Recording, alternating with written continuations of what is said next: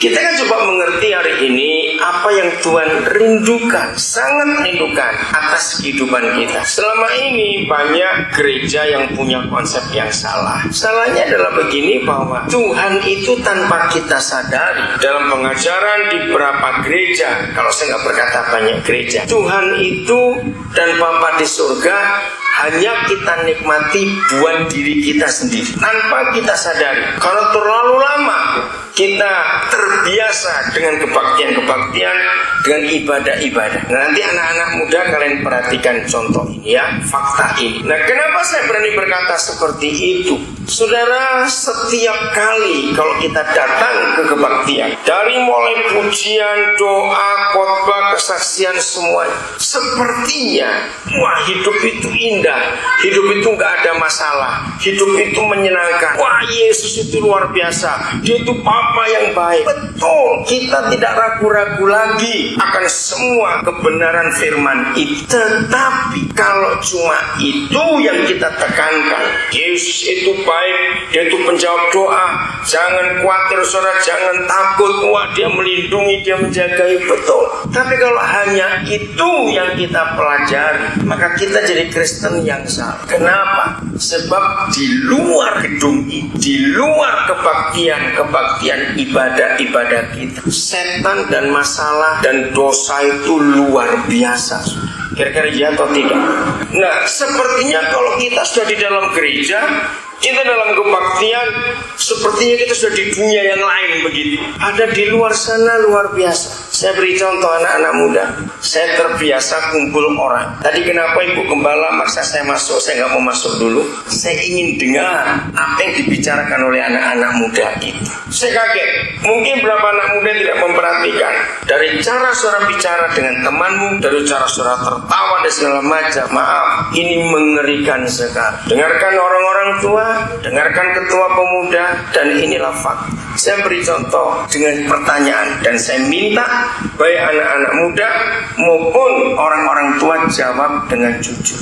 Dari waktu ke waktu makin berkurang atau makin bertambah pemuda-pemudi Kristen karena pacaran yang salah, lalu menikah yang salah, dan meninggalkan Yesus. Ngerti pertanyaan saya? Nah, saya tanya dan jawab dengan jujur. Dari waktu ke waktu yang menjual Yesus karena pacaran dan menikah yang salah, itu bertambah kurang atau bertambah banyak? Jawab enggak, saya minta jujur jawab.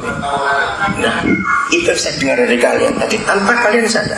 Ngeri. Mengapa anak-anak muda kita bisa menjual Yesus? Karena di gereja tidak diajarkan fakta bahwa musuh itu ngintip di depan-depan pintu-pintu gereja. Waktu anak-anak muda di dalam gereja kelihatan aman, luar biasa. Tapi begitu mereka keluar, saya tanya lagi yang kedua, untuk meyakinkan saudara bahwa cara kita beribadah atau kebaktian harus diubah. Persiapkan anak-anak kita ini menghadapi fakta di luar gereja.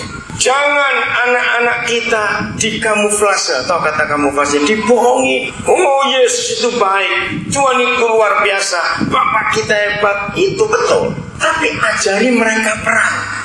Karena di luar gereja ini mereka itu diancam musuh yang mengerikan. Betul tidak? Lihat pengaruh pornografi, ngeri sekali.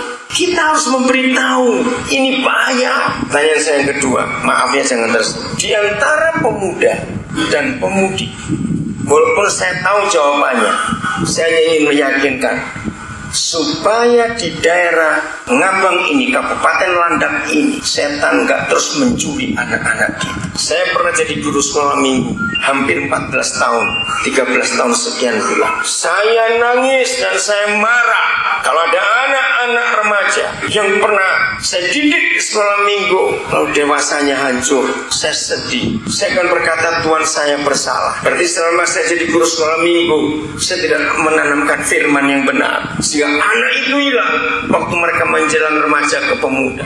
Nah, dengan pertanyaan, walaupun saya tahu jawabannya, antara pemuda dan pemudi, mana yang lebih hancur, lebih banyak ditipu untuk menjual Yesus? Jawab, laki atau perempuan? Anak laki atau anak perempuan? Perempuan.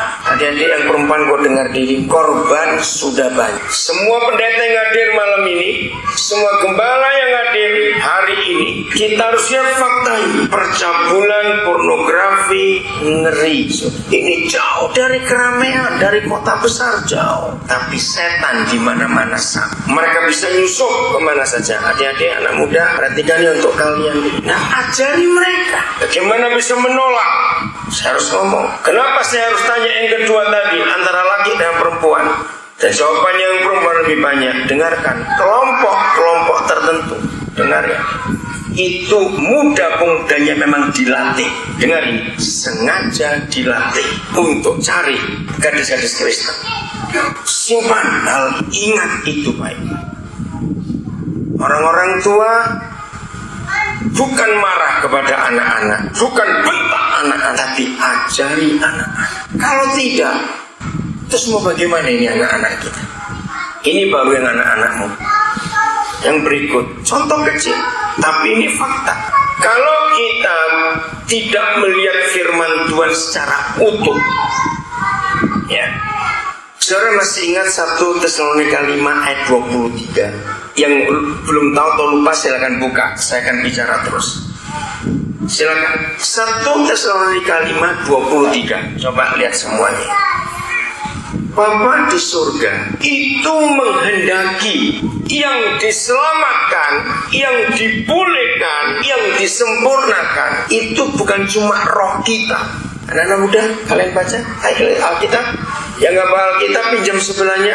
Saya ulangi, 1 Tesalonika 5 23. Ini perkara sederhana, tapi ini penting. Begitu lagi sekali rekan-rekan gembala, pendeta, bantuan pengkhotbah, sampaikan hal-hal sehari-hari. Kalau kita khotbah jangan yang tinggi-tinggi.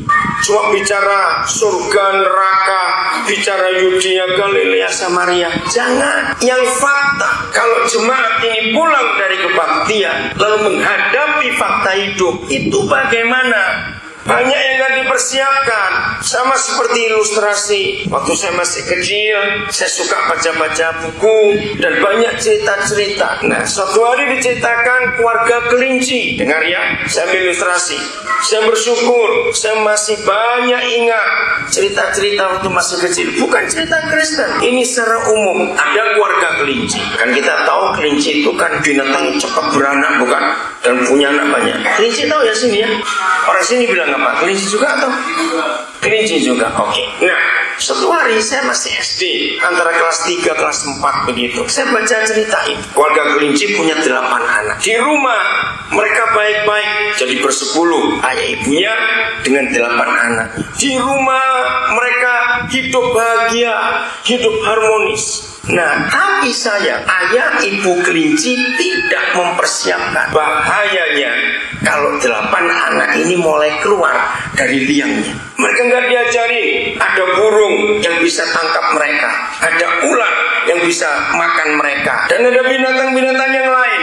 Mereka nggak diajari. Tiap hari mereka hanya bersuka cita rame-rame saja. Ketika anak-anak kelinci ini sudah mulai besar dan mereka keluar dari liangnya, satu persatu anak kelinci ini nggak pulang. Hari ini kurang 1, besok kurang 2, lusa kurang 3, seterusnya. Akhirnya habis. Nah, sebelum habis tinggal 3, mereka tanya, kemana saudara kita yang lain? Kenapa mereka tidak pulang? Ayah ibunya baru sadar, tapi terlambat. Nah, ketika saudara sisa ini berkeputusan, kami mau pergi bersama-sama untuk cari kelima saudara kita ini, tetap tidak dibekali apa-apa. Hari itu mereka bertiga keluar bareng.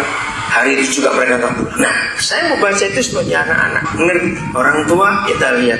Waktu mereka masih sekolah minggu, anak-anak kita bagus, rajin. Remajanya bagaimana? Pemudanya bagaimana? Kemana mereka? Sudah dapat 1 Tesalonika 5:23. Yang Tuhan kehendaki untuk kita sempurna, tanpa cacat celah. Itu bagian mana hidup kita? Lihat Alkitab itu. Bagaimana? Loh, masa saudara nggak baca? Iya. Bagaimana dari hidup kita? Ya apa saja, kan ada 3 di situ. Apa? Roh, jiwa, dan tubuh. Perhatikan. Gereja tidak seimbang mengajarkan kehidupan ini. Gereja 95% hanya menitik beratkan dalam hal rohani. Padahal yang Papa minta berapa hal tadi? 3 hal. Apa saja? Roh, jiwa, dan tubuh. Hidup kita terdiri dari 3 bagian ini. Jadi gak cuma rohani yang diisi. Jiwa itu bicara mental, bicara pendidikan, ya, bicara emosi, perasaan, pikiran, kemauan. Nah, itu di gereja harus diajarkan. Bagaimana mengendalikan emosi. Ada firmannya semua. Nah, ini perlu dibongkar betul-betul. Apa bacaan anak-anak kita di luar gereja? Seperti tubuh, kalau nggak dikasih makan lapar tidak, perut ini lapar. Nah, jiwa juga begitu. Jiwa itu kalau nggak dikasih makan dia lapar. Makanannya jiwa itu buku. Anak sekarang suka baca buku, itu bagus. Buku itu makanan untuk jiwa. Pengetahuan bertambah. Kita harus memberitahu mereka buku apa yang boleh dibaca dan buku apa nggak boleh dibaca. Maaf, terakhir kapan ayam gampang berkat? Kapan ya kamu usaha waktu itu? Yang terakhir gampang sebelum Daniel lahir tuh? 11 ya, oh iya lama juga. Nah, terakhir saya ke Ngabang. Saya lupa siapa memberitahu saya waktu saya ada di pasar. Ternyata jumlah penduduk landak yang kena gangguan jiwa itu bertambah. Saya mau tanya sekarang kepada saudara, Nurdin, perhatikan kabupatenmu, Sintang, daerah sana. Dari itu masuk mana? Oh, landak juga. Saudara, gereja itu dipanggil. Dengar ya, gereja itu dipanggil. Bukan cuma ngurus jemaat yang jadi anggota gereja kita. Ingat itu baik-baik. Sejak awal Tuhan Yesus sudah menetapkan keputusan ini. Setiap kita yang percaya Yesus adalah terangnya dan garam dunia. Serius ya, anak muda kalian perhatikan ini. Dengarkan. Kalau Tuhan Yesus berkata, kita ini garam dunia dan terang dunia, maka di mana ada gereja, maka disitulah gereja bertanggung jawab untuk semua orang yang ada di sekitar. Jadi kalau di Kabupaten Landak jumlah orang gila, kalau misalnya di Kabupaten Landak jumlah orang sakit jiwa bertambah, itu bukan tugas pemerintah, itu tugas gereja. Katakan amin. Maka itu ada 1 Tesalonika 5:23. Yang Tuhan mau kita sempurna, tanpa cacat, tanpa celah, itu roh kita, jiwa kita, dan tubuh kita. Saya tinggalkan dulu masalah jiwa, masalah tubuh. Saudara, makin modern keadaan dunia ini, ternyata hidup itu lebih pendek umur. Maka itu coba lihat orang-orang tua kita dulu. Sebelum ada jalan tembus, ketika semua pedalaman masih berhubungan dengan sungai dan laut. Saya ingin tahu, tahun berapa jalan ini dibuka sehingga dari Pontianak bisa lewat mobil? Tahun berapa? Siapa ingat? Orang-orang tua? 79. Bayangkan, belum lama. Jadi dulu Pak, kalau orang dari Ngabang, dari sini mau ke Pontianak lewat mana? Berapa hari? Berapa hari itu Pak? 3 malam. Nah, saudara perhatikan, ternyata modernisasi itu memperpendek umur orang. Aneh bukan? Dulu sebelum ada jalan darat begini, makanan-makanan kaleng belum banyak masuk, orang-orang lebih panjang umurnya. Kira-kira iya atau tidak? Penyakit nggak aneh-aneh. Sekarang jadi aneh-aneh. Nah, ini gereja harus ngajar. Karena Alkitab itu mengajar semuanya tentang kehidupan ini. Katakan amin. Semuanya, enggak cuma ala rohani. Saya beri contoh kecil. Kita buka Yeskiel 36 ayat 25. Yeskiel 36 ayat 25. Nah, ini cara kita belajar firman Tuhan. Karena di bagian situ kepanasan. Tolong pindahkan keluar penghalang itu supaya angin bisa masuk ke yang tengah ke kepanasan. Ya, pindahin keluar supaya begitu. Pak Gembala, saya minta maaf kalau ngomong itu ya. Saya itu dari dulu paling tidak suka penghalang di depan pintu gereja itu. Itu gaya Eropa. Harusnya nggak perlu ditutup supaya orang dari luar bisa lihat kita ngapain di dalam. Kenapa semua gereja pasti nutupi bagian pintu? Saya juga heran. Untuk apa? Nggak ada gunanya. Akhirnya kan bagus, orang bisa lihat di depan. Nah, tahun 82 di kota Bandung saya ikut simposium arsitek gereja. Dari berapa pembicara arsitek-arsitek itu. Dan ternyata Gereja harus belajar dari masjid. Masjid itu cenderung terbuka. Betul atau tidak? Lihat masjid. Sehingga kalau mereka beribadah, kita dari luar bisa melihat. Tapi gereja terbalik, cenderung tertutup. Sehingga di luar nggak bisa lihat di dalam ini ngapain. Nah itu kesalahan. Itu tuh 82. Saya ikut simposium arsitek gereja. Mereka bahas kenapa gedung-gedung gereja Eropa itu jendelanya kecil-kecil dan tinggi. Karena dingin. Sehingga kalau pemanas, waktu musim dingin, pemanas itu dipakai, nggak terlalu banyak energi. Maka itu disempit-sempit kan, apa itu jendela gereja. Nah di Indonesia tidak, harusnya terbuka. Masjid itu nggak pernah tertutup. Maka itu orang Islam kalau jalan kemana saja nggak perlu cari hotel, mereka bisa tidur di masjid, gimana saja. Jadi saya ikut itu, saya setuju. Gereja harus terbuka. Kenapa ditutup-tutupi? Tolong para pendeta yang gereja tutupi buka sekarang ini. Dan dari luar orang bisa melihat. Oke, sudah. Yeskiel 36 ayat 25. Yahweh akan apa? Baca, akan apa? Baca ayatnya ini. Yahweh akan apa? Mencurahkan apa? Air jernih. Nah, saya berhenti dulu. Air jernih. Ribuan tahun yang lalu, Yahweh yang kudus sudah memperhitungkan air jernih, bukan air putih. Air putih itu susu. Nah, saya gereja merohanikan semua itu. Padahal ini ayat tentang hidup sehat. Supaya apa? Kita diapakan?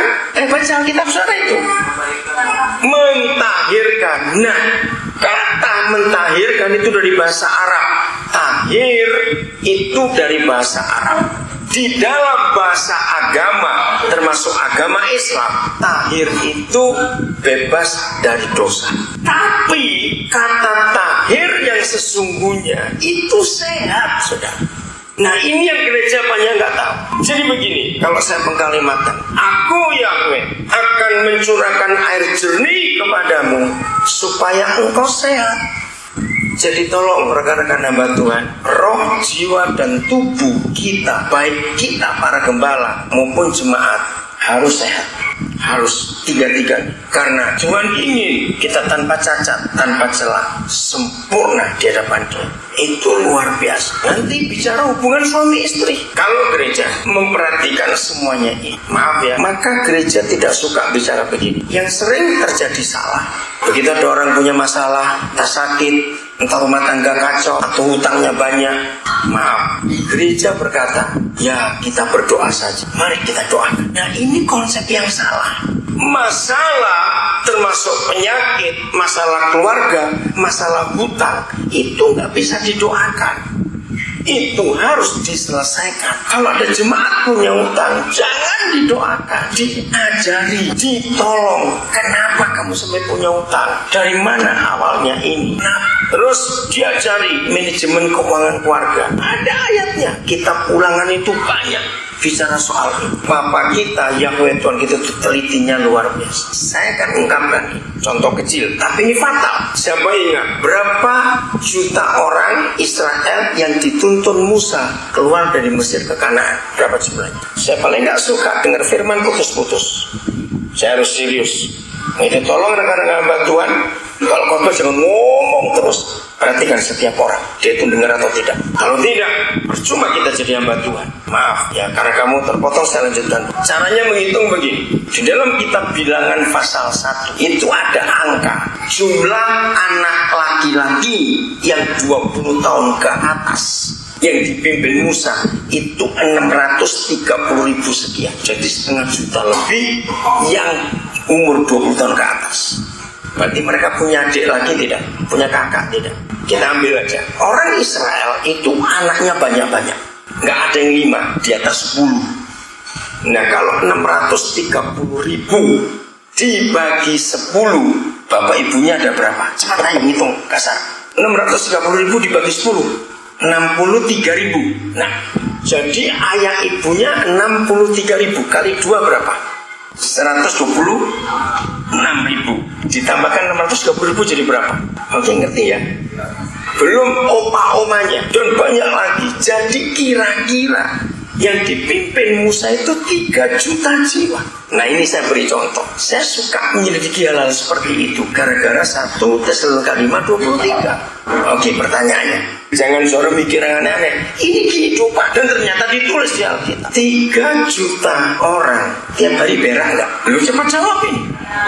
Nah, di mana WC-nya? Saya tanya bagaimana? Kan mereka jalan terus. Tapi dahsyat. Dalam kitab Imamat, saya nggak tunjukkan di mana, nanti pulang cari sendiri. Dalam kitab Imamat ada sepotong ayat yang Yahweh berfirman begini: apabila mereka buang air besar, bawalah sekop kecil. Banyak orang nggak membaca ayat itu, lewat begitu saja. Ketika mata saya tertumbuk pada kalimat itu, saya tertawa. Ternyata papa kita itu higienis juga. Katakan amin cepat. Itu buktinya. Kalau tidak disentri semua, mati itu mereka, kena kolera. Lu bisa bayangkan tidak, Sir? Itu saja papa perhatikan. Bayangkan. Dan banyak lagi fakta ayat-ayat itu untuk hidup sehari-hari. Mengapa Tuhan melarang mereka makan daging ini, daging tidak boleh, yang itu boleh? Karena yang dilarang oleh Tuhan itu daging yang kotor memang. Dan itu sumber penyakit. Itu hukum yang Tuhan beri. Oke, saya potong dulu. Saya kembali ke Yeskiel 36 ya. Jadi begini, untuk hidup sehat itu ternyata terapinya air jernih. Nah, saya gabungkan itu dengan hukum kesehatan sekarang ini. Caranya paling gampang. Jadi tahir itu artinya sehat. Setelah tahir ada kata apa lagi yang dipakai? Dan aku akan apa terus? Baca sampai selesai 25. Apa lagi? Ayo. Ya lah, kata najis, stop dulu. Jangan terjemahkan itu dosa saja. Memang itu bicara soal dosa. Hidup berzina, hidup macam-macam itu najis. Tapi kata najis itu artinya bebas dari semua sakit, penyakit, disease dalam bahasa Inggrisnya. Ternyata hanya lewat terapi air jernih.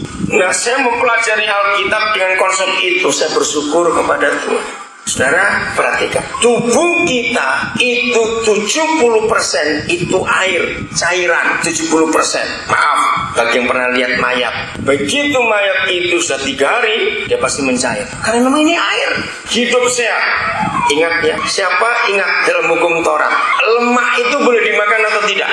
Dalam Perjanjian Lama, boleh atau tidak? Lemak itu milik Tuhan. Nah, ternyata dalam dunia kesehatan ini diperhatikan baik-baik. Sebetulnya tubuh kita tidak boleh mengkonsumsi minyak. Maka itu mulai hari ini perhatikan baik-baik. Tolong para gembala, para pendeta ajar, jangan terlalu banyak makan yang gorengan. Ingat itu. Lemak itu tidak pernah cocok untuk tubuh manusia. Maka itu mengapa orang sering sakit, pasti pagi-pagi sarapannya sudah gorengan. Entah itu nasi goreng, entah itu pisang goreng, entah itu ubi goreng. Siang gorengan lagi, malam gorengan lagi, cepat mati walaupun didoakan. Lu serius saya berkata ini. Saya kalau dipanggil doakan orang sakit, saya nggak langsung doa tengking, tidak. Lihat kalau orang ke dokter, saya pakai cara ini. Kalau saudara ke dokter, setelah tahu sakitnya apa, dokter pasti tanya, makan apa? Betul tidak? Nah, pakai cara itu. Sudah makan gorengan terus, kurang minum, hancur ginjal saudara. Saya pernah buat penelitian di daerah-daerah pedalaman seperti ini. Kenapa orang kena gagal ginjal cukup banyak dibanding orang kota? Karena nggak sehat hidup. Maka itu orang tua, dengar ya, Tata, anak umur berapa? 10 bulan. Nah, yang masih kecil-kecil, biasakan anak-anak kita dari sejak kecil makan yang direbus atau dikukus. Nah, ibu-ibu yang malas bertobat, membuat makanan untuk anak, menggoreng itu jauh lebih praktis dan lebih cepat. Asal cemplung jadi. Merebus itu makan waktu, didikan airnya, ngukus mesti bungkusi dulu. Tapi itu sehat. Anak anak yang terbiasa dengan makanan yang direbus atau dikukus, maka orang tua akan menghindarkan anak dari dokter dan obat. Lihat saja nggak percaya. Yang digoreng itu memang enak semua, tapi hati-hati.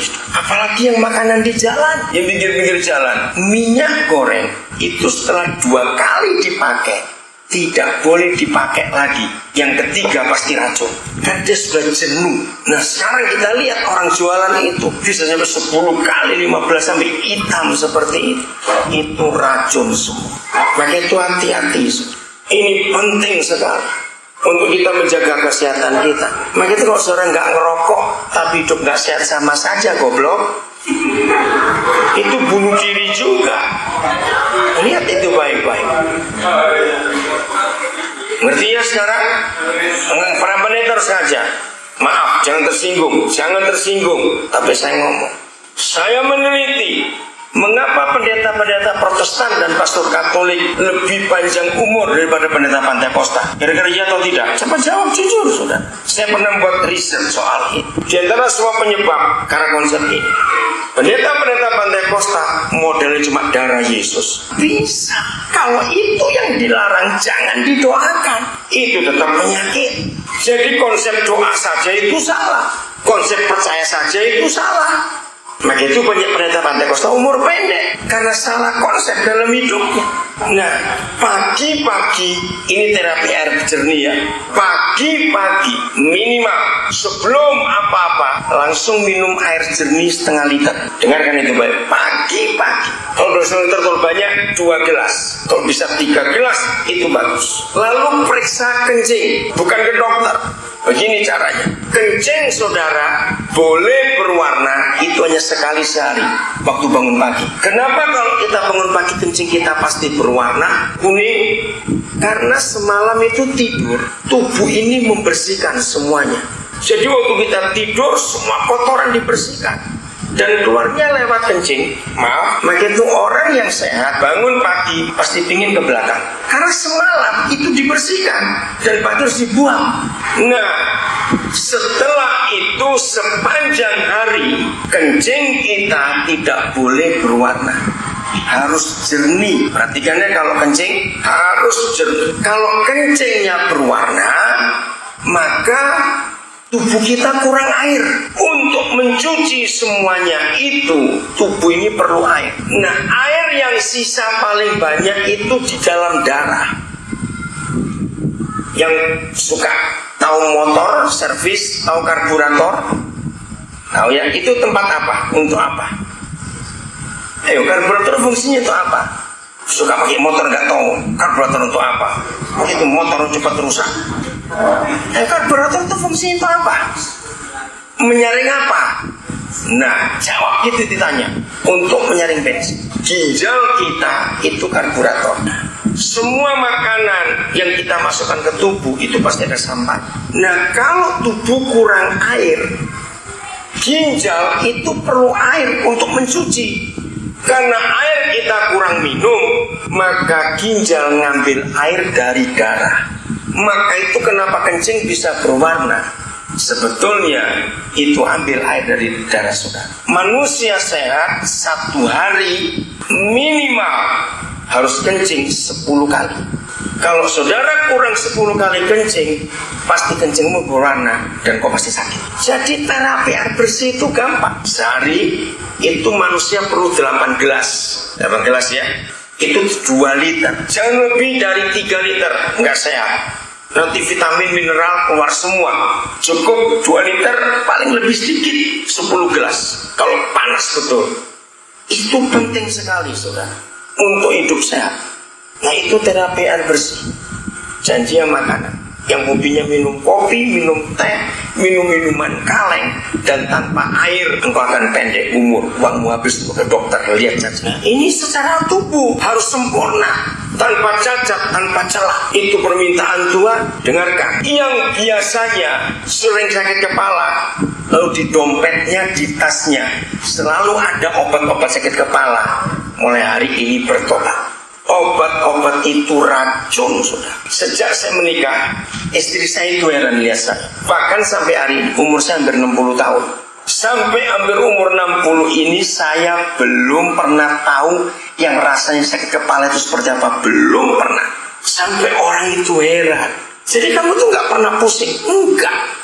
Istri saya itu heran. Dulu sebelum kami menikah itu sering sakit kepala. Saya ajari dia hidup sehat. Kalau saudara sering sakit kepala dan suka makan obat-obat itu memang sembuh, tapi ginjal saudara yang jebol. Nah, padahal orang sakit kepala itu sederhana, kurang air. Kok bisa kurang air sakit kepala? Oksigen itu makanan otak. Maka itu kalau ada bayi lahir terlambat, nggak bernafas, otaknya rusak, dan anak itu jadi idiot atau jadi gangguan otak. 4 menit oksigen tidak masuk ke otak ini pecah, rusak, dan orang itu mati. Maka itu kalau orang tenggelam, sebelum 4 menit ditolong dia selamat, lewat itu dia pergi. Sebab rusak otaknya ini karena nggak ada oksigen. Nah, orang yang pusing itu karena kurang air, lalu dihantam obat-obat sakit kepala. Ginjal yang rusak 2 kali. Karena ginjal itu perlu air. Sembuh, dia pikir sembuh di kepala, tapi rusak bagian tubuh yang lain. Nah, padahal kalau orang itu pusing, langsung minum air. Jangan yang lain ya. Bukan soft drink, minuman kaleng, tidak. Air jernih, lalu rebah, tanpa bantah. Kalau perlu, kepala agak di bawah sedikit, supaya langsung oksigennya naik, atau darah naik, turun ke kepala. Percayalah, kurang dari 10 menit pusing sudah hilang karena air. Jadi hindari obat-obat itu berbahaya sekali. Juga minuman-minuman energi, supir-supir awas ini, itu merusak sekali. Tubuh kita itu punya jam. Artinya kalau dia itu lelah ingin istirahat, dia itu bilang kamu tuh capek, maka itu nguap. Nah, menguap itu tanda tubuh ini perlu air dan perlu istirahat. Kenapa kalau orang pusing pasti nguap, bukan? Coba ingat, betul nggak? Begitu sakit kepala, padahal tidak ngantuk, itu tandanya otak minta air. Cepat minum, langsung baring, selesai. Sakit kepala punya pasti nguap, dan itu berbahaya sekali. Jadi saya lanjutkan ke bagian ini tadi, supaya saudara hidup sehat betul-betul. Jadi kalau tidak ginjalmu yang rusak, maka itu maaf saya tanya, saudara tahu tidak, laki atau perempuan yang lebih banyak mengalami gagal ginjal? Secara fakta, perempuan. Dalam kedokteran, perempuan lebih banyak mengalami gagal ginjal. Dan saudara tahu gagal ginjal itu nggak ada obatnya, harus cuci darah. 1 kali cuci darah bisa jutaan sekarang. Ngeri sekali. Nah, kenapa perempuan lebih banyak alami gagal ginjal? Karena perempuan itu makhluk takut kencing. Betul tidak? Takut untuk kencing karena susah. Kalau laki gampang, di bawah pohon jadi. Kalau perempuan nggak bisa. Nah, ibu-ibu awas. Maka itu banyak perempuan kena gagal ginjal karena takut air. Gini, kalau 8 gelas, ini cara ngitungnya.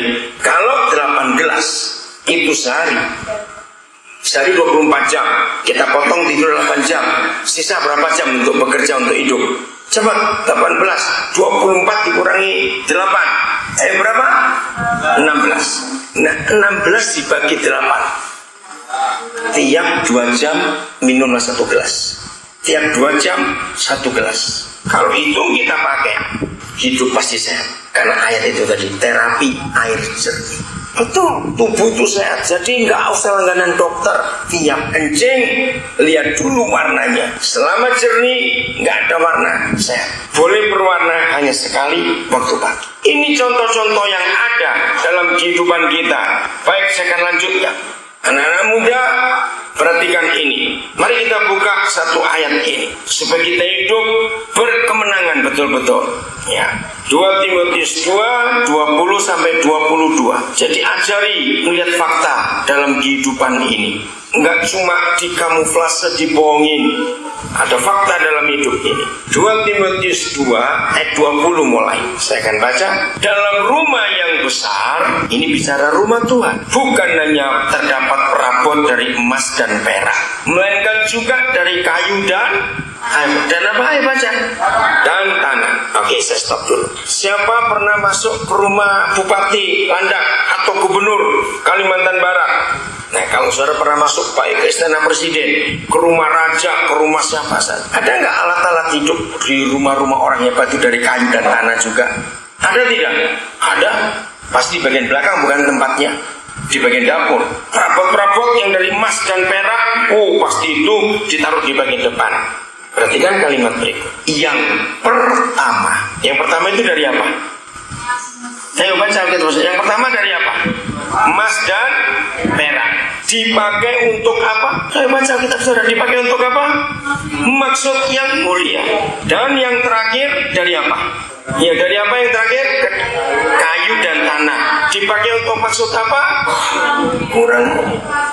Nah, perhatikan. Di dalam rumah Tuhan pun ada dua jenis peralatan. Bukan Tuhan pilih kasih, bukan. Walaupun diperlukan yang dari tanah dan kayu. Tapi ayat 21 itu luar biasa. Coba lihat ayat 21. Namamu siapa? Andreas. Umur berapa kamu, Andreas? 10. Saya mau beritahu saudara, dari tadi Andreas serius baca Alkitab bersama papanya. Dan saya ngaku Mbak Dana ini sampai miring-miring dengerin tadi itu, karena Pak Bram ngalangin dia. Ya betul. Andre, kamu luar biasa, hebat sekali. Kamu di rumah dalam kitab sendiri tidak? Ada ya? Nanti catat-catat ayatnya, kamu baca di rumah nanti ya. Hebat, 10 tahun bisa begitu serius memperhatikan. Nah, jadi kalau saya ini ngajar, saya perhatikan semua orang yang saya ajar. Karena percuma kalau kita cuma pinter nyanyi, pinter sembahyang, tapi nggak suka firman, hidup Kristen kita akan hancur betul-betul. Banyak orang ke gereja tidak suka firman, maaf, karena yang mengajar tidak tahu keperluan yang diajar. Bagi rekan-rekan bantuan, belajar betul-betul untuk menyampaikan. Jangan yang klise-klise, tahu ya, yang abstrak, yang susah dimengerti. Jangan, bicaralah fakta hidup sehari-hari. Jadi kalau kita keliling membawa Tuhan kemana saja, ayo belajar. Saya ini kebiasaan masuk suatu tempat, kalau saya ke pasar atau saya ke toko kemana, saya coba dengan orang ngomong apa pembicaraan, atau saya baca koran lokal daerah itu, berita apa yang paling banyak sekarang di daerah ini. Nah, kita harus tahu, lalu cuma kita bawa kepada fakta-fakta itu, bagaimana cara mengatasi bahaya-bahaya ini. Adik-adik, anak-anak muda yang kau dengar, ayat 21, perhatikan. Jika seorang menyucikan diri dari hal-hal yang jahat, ia akan diapakan? Ayo, ia akan apa? Menjadi perabot rumah untuk maksud yang mulia. Ia diapakan lagi?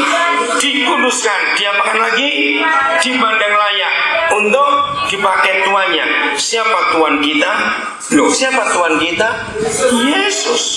Nah, stop dulu. Saya minta anak-anak muda perhatikan. Kalimat pertama ayat 21.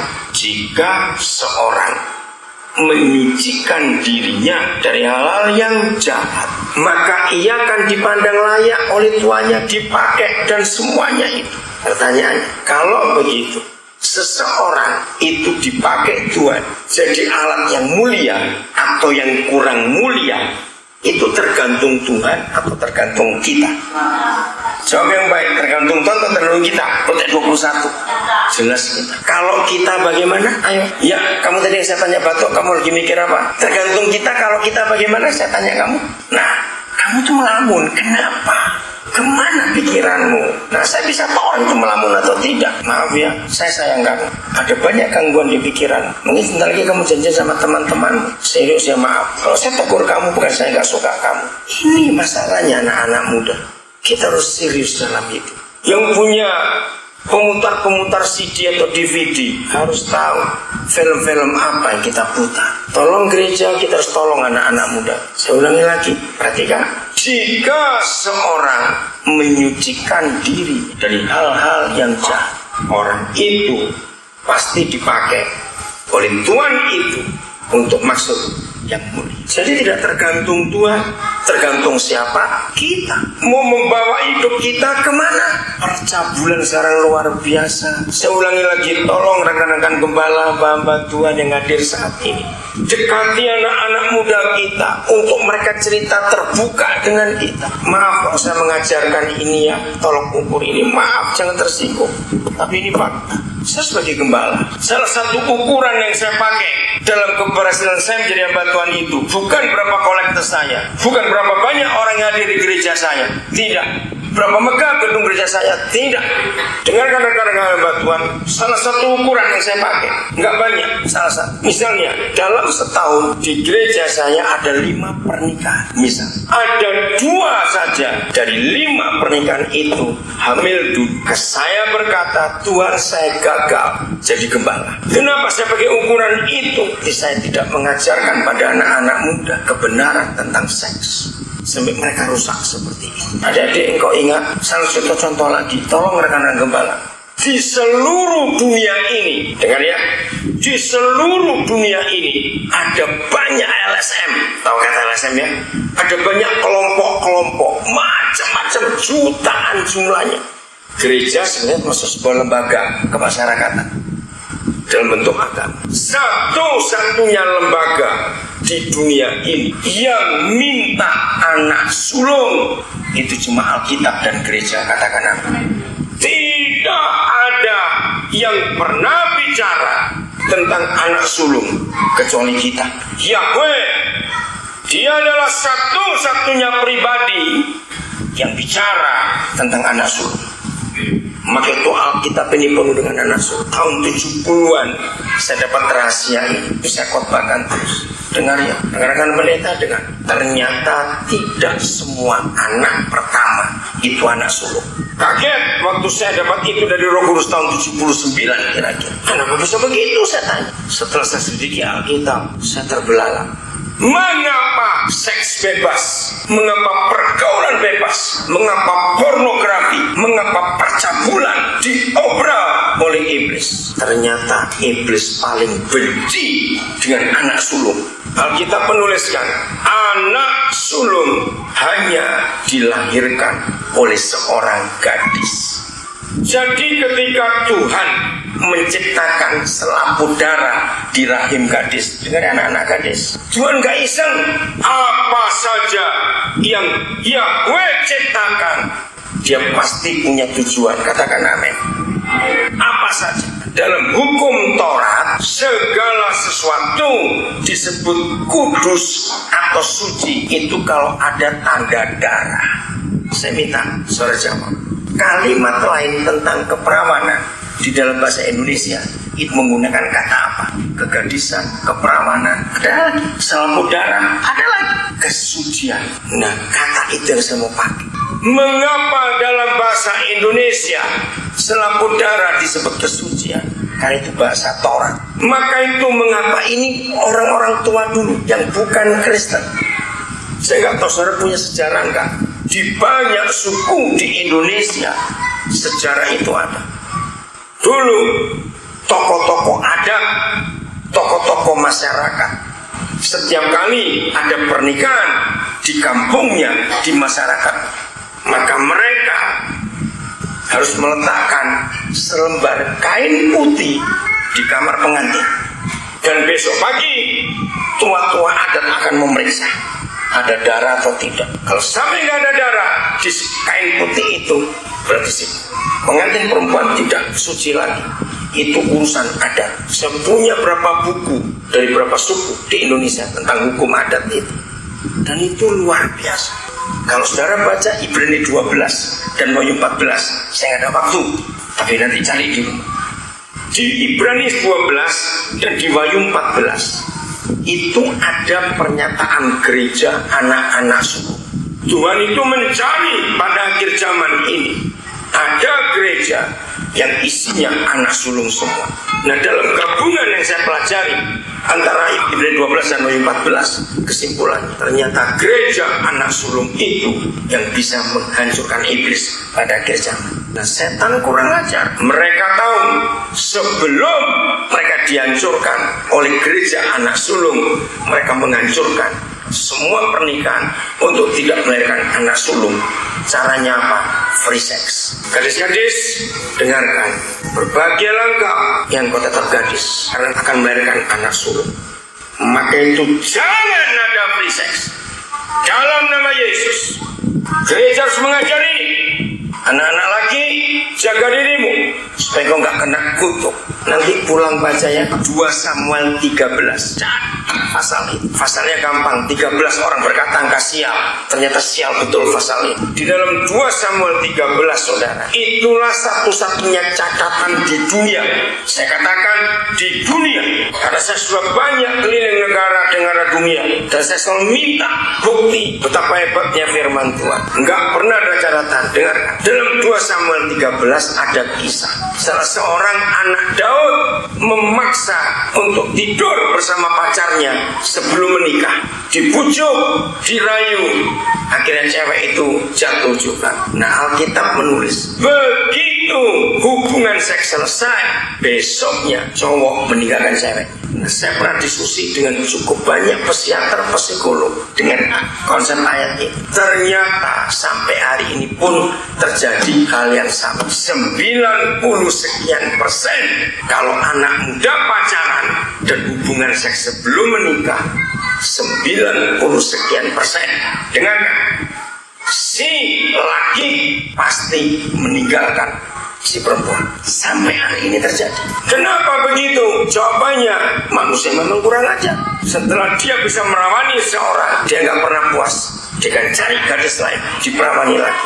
Dan itulah setan. Nah, kebanyakan begitu cowoknya sudah niduri ceweknya, yang gadis itu nggak sampai seminggu, biasanya cowok itu sudah punya cewek lain. Mantan pacar itu melihat mantan pacarnya sudah gandeng cewek lain, dia sakit hati. Saya pernah buat research, kenapa ada banyak laki-laki gagal. Ternyata kegagalan laki-laki adalah ketika dia mau rawani ceweknya dan ditinggal. Gadis mana yang gak sakit hati setelah ditiduri dibuang dan cowok itu gandeng cewek lain lagi, maka dari mulut gadis itu keluar kutuk, keluar sumpah, karena dia gak bisa balas. Ketika setan mendengar kutuk itu diucapkan si mantan pacar, maka setan bekerja dan kutukan itu satu kali saja memerawani seseorang cukup membuat laki-laki itu gagal. Mau bisnis apa, usaha apa, maaf ya, maafkan saya, termasuk hamba-hamba Tuhan. Jadi kalau saya ketemu pengusaha gagal, mahasiswa gagal, orang kerja ini gagal, termasuk hamba Tuhan, saya akan ajak dia bicara pelan-pelan baik-baik, bukan untuk mempermalukan. Harus diselesaikan, karena kutukan dari mantan pacar yang dipakai oleh iblis. Nah, cara menyelesaikannya harus bertobat, minta ampun, dan mengaku salah. Dan jangan buat lagi. Nggak main-main hal ini. Kenapa? Sekarang saya selesaikan dulu sebelum pindah. Masih 2 Timotius 2 ya. Jadi kalau kita menguduskan diri, maka Tuhan pasti pakai kita. Katakan amin. Itu pasti. 22 2 Timotius 2 tadi ya. Sebab itu apa? Ayo baca terus. Jauhilah apa? Nafsu orang muda. Maaf, apa itu nafsu orang muda? Ada 3. Pasti pertama percabulan, seks. Kedua kesombongan. Ketiga adalah uang. Itu nafsu orang muda. Jauhi semuanya itu. Jaga diri. Kejarlah apa? Keadilan, apalagi kesetiaan, apalagi kasih dan damai bersama-sama dengan mereka yang berseru kepada Yahweh dengan hati yang murni. Nah, jadi Tuhan itu bisa memakai kita makin hebat kalau kita menguruskan diri. Begitu, jangan main-main dengan seks. Kita lihat Kejadian 1:28. Inilah hukum yang luar biasa. Anak-anak muda kalian harus tahu ini. Jadi saya ulangi lagi ya, kepada gadis-gadis, ada kelompok-kelompok tertentu yang dikirim dengan sengaja. Cowok-cowok itu ke daerah-daerah Kristen memang dilatih untuk mencari gadis-gadis, dan khususnya anak-anak pendeta. Mereka dilatih, jangan main-main. Mereka merayu. Kalau saudara sudah dengar ini, jangan ada yang bodoh lagi. Tuhan ngapain? Baca ayat 28. Tuhan buat apa? Alkitab saudara baca. Tuhan ngapain? Memberkati mereka. Lalu Tuhan apa? Berfirman kepada mereka. Apa firman-Nya? Stop sampai di situ. Dengar anak-anak muda, tolong para pendeta, para gembala khotbahkan. Arti firman ini adalah begini. Dalam nama Yesus harus jadi suami istri lebih dulu, baru jadi ayah ibu. Ngerti hukum ini? Maka itu Tuhan memberkati mereka. Artinya jadilah suami istri lebih dulu, baru jadi ayah ibu, supaya lahir anak sulung. Tapi setan merusak. Seks dulu, beranak cucu dulu, baru diberkati. Ini yang kacau. Anak-anak muda, saya mau berkata pada kalian, saya sayang kalian semua. Orang menikah itu bukan seperti beli sepatu. Ngerti maksudnya? Apa? Kalau orang beli sepatu harus dicoba. Kita nggak bisa titip orang beli sepatu, betul tidak? Pernah salah titip orang, baru nomornya betul, betul tidak? Nah dengar, waktu beli sepatu kita belum beli, nggak cocok, kembalikan. Awas anak-anak muda. Maka itu korban cinta itu pasti perempuan. Nggak ada korban cinta laki-laki, betul tidak? Jaga diri, jaga diri. Waktu yang pacaran, hati-hati supaya lahir anak-anak sulung dari pernikahan kalian. Bagian terakhir, suami istri, saya nggak ada waktu, tapi nanti saudara boleh hubungi saya lewat telepon atau apa. Alkitab ini jelas luar biasa. Yang sudah menikah belajar. 1 Korintus 7, 1 Korintus pasal 7 ayat 3 sampai yang kelima. Ini bicara hubungan seks suami istri. Gereja harus mengajarkan ini dengan benar.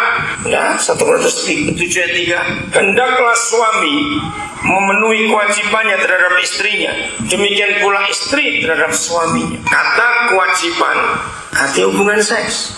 Ayat 4, istri tidak berkuasa atas tubuhnya sendiri, tetapi suaminya. Demikian pula suami tidak berkuasa atas tubuhnya sendiri, tetapi istrinya. Roh Kudus tolong kami, supaya kami kau urapi dengan kekudusan untuk mengerti firman ini. Dan khususnya kami hamba-hamba Tuhan para gembala, mampukan kami untuk bisa mengajari ini kepada jemaat dan kepada tetangga-tetangga, kepada masyarakat, dalam nama Yesus. Ibu bapak, saudara-saudara, perhatikan. Keinginan seks suami istri itu tidak pernah selalu bersama-sama, selalu gantian. Misalnya saat ini si suami siap, istri tidak siap. Nanti kali berikutnya balik, istri siap, suami tidak siap.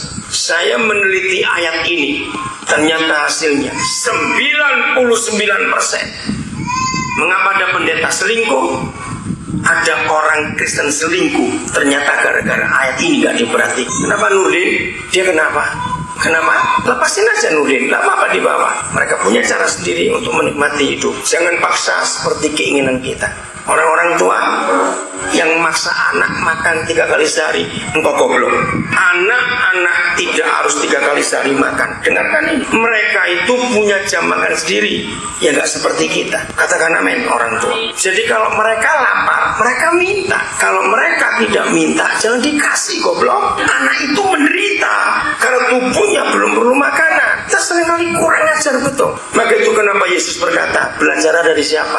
Nah, belajar dari anak-anak.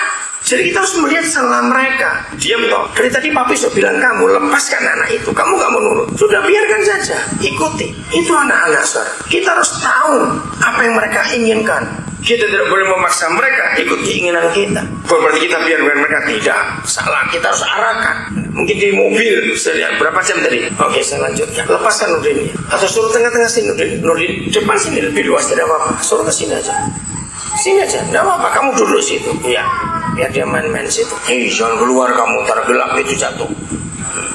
Ya, saya lanjutkan. Jadi 99% suami istri selingkuh gara-gara ayat 4 ini. Maaf ya, saya harus buka ini kepada saudara. Ketika seseorang, entah itu suami atau istri, siap, yang satu tidak siap. Awas ya. Yang tidak siap tidak boleh memaksa diri. Ayat ini berkata, begitu kita menikah, tubuh suami milik siapa? Ayo baca baik-baik, milik siapa? Tubuh istri milik suami. Jadi kalau satu tidak siap, maka tidak boleh melawan. Karena tubuhnya milik siapa? Milik pasangan. Maka itu begini cara ayat ini dipakai. Kalau yang tidak siap saat itu Harus bicara jujur pada yang siap. Kenapa aku tidak siap? Supaya yang siap itu menolong yang tidak siap. Katakan amin, saudara. Ini firman luar biasa. Saya ingin hamba-hamba Tuhan yang merasa risih bicara seks di mimbar. Ingat, zaman sekarang gila betul. Kalau anak-anak muda tidak kita ajak bicara seks di gereja, mereka akan bicara dengan temannya di kafe-kafe atau di mana saja. Betapa jahatnya kita gereja tidak mengajar kebenaran itu. Saya tanya jujur, jangan tersinggung. Biasanya antara suami istri yang suka ngambek itu istri atau suami dalam masalah ini. Betul, istri, jangan marah. Kenapa? Dengarkan saudara, ini perkara serius. Karena naluri seks laki dan perempuan itu beda. Perempuan itu bisa tahan, nggak melakukan lama tidak apa-apa. Tapi laki-laki tidak. Maka itu mengapa dalam pernikahan lebih banyak suami selingkuh daripada istri selingkuh? Karena ayat ini nggak pernah dibahas di gereja. Ini serius. Maka itu para istri saya pesan hari ini dalam nama Yesus. Kalau laki tidak siap, jangan sengit bicaranya. Jangan banyak tanya, pokoknya tidak. Awas istri seperti itu, bertobat dalam nama Yesus. Itu mengundang setan masuk dalam rumah tangga saudara. Gereja harus ngajar ini. Jangan dianggap hal tabu. Karena ini penting. Kalau tidak, nggak mungkin Alkitab membahas seperti ini. Lihat ayat 5. Ayat 5 lihat. Janganlah apa? Siapa yang dilarang? Penting siapa yang dilarang? Bukan. Iya, Pak Sutri. Kata kamu. Saya minta saudara baca dengan teliti. Nah, dengar apa Tuhan. Ini cara belajar Alkitab. Perhatikan kata per kata. Tanda baca. Saya tanya lagi. Janganlah apa?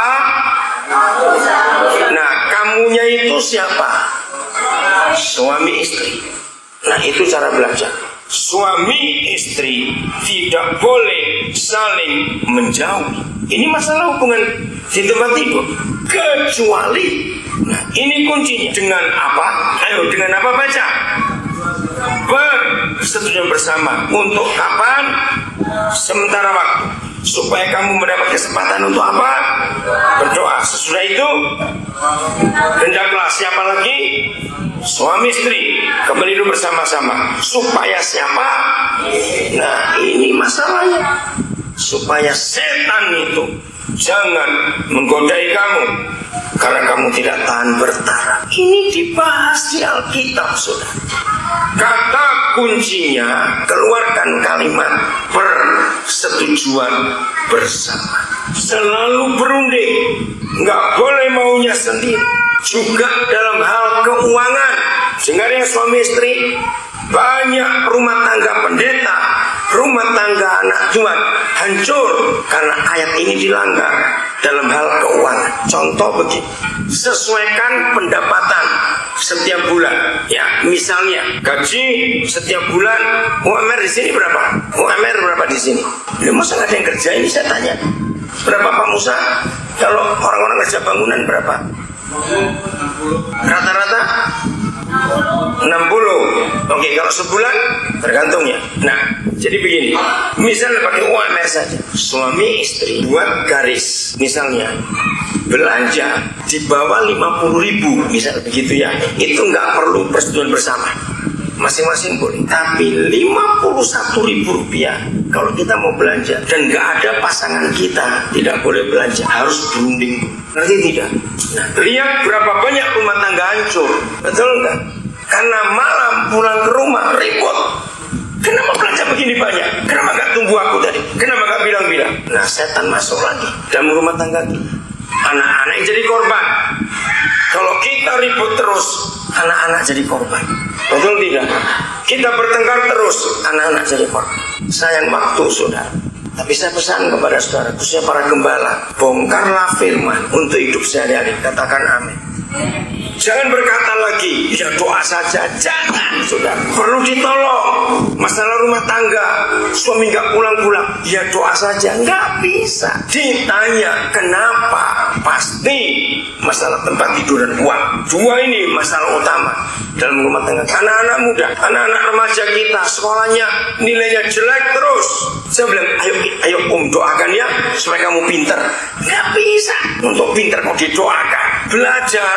Nah, kalau anak-anak kita nggak bisa belajar baik, datang ke rumahnya. Bagaimana anak-anak bisa pintar? Kalau hampir tiap malam ayah ibunya bertengkar. Betul tidak, Ustaz? Malam anak-anak terbangun, terkejut, ayah ibunya berkelahi, anak-anak nangis, ketakutan. Bagaimana mau pintar?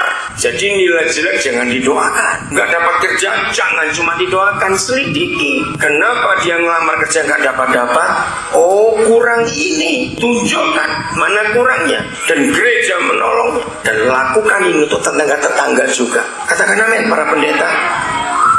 Saya minta semua rekan hamba Tuhan punya konsep yang berubah dalam pelayanan. Yesus memang ajaib.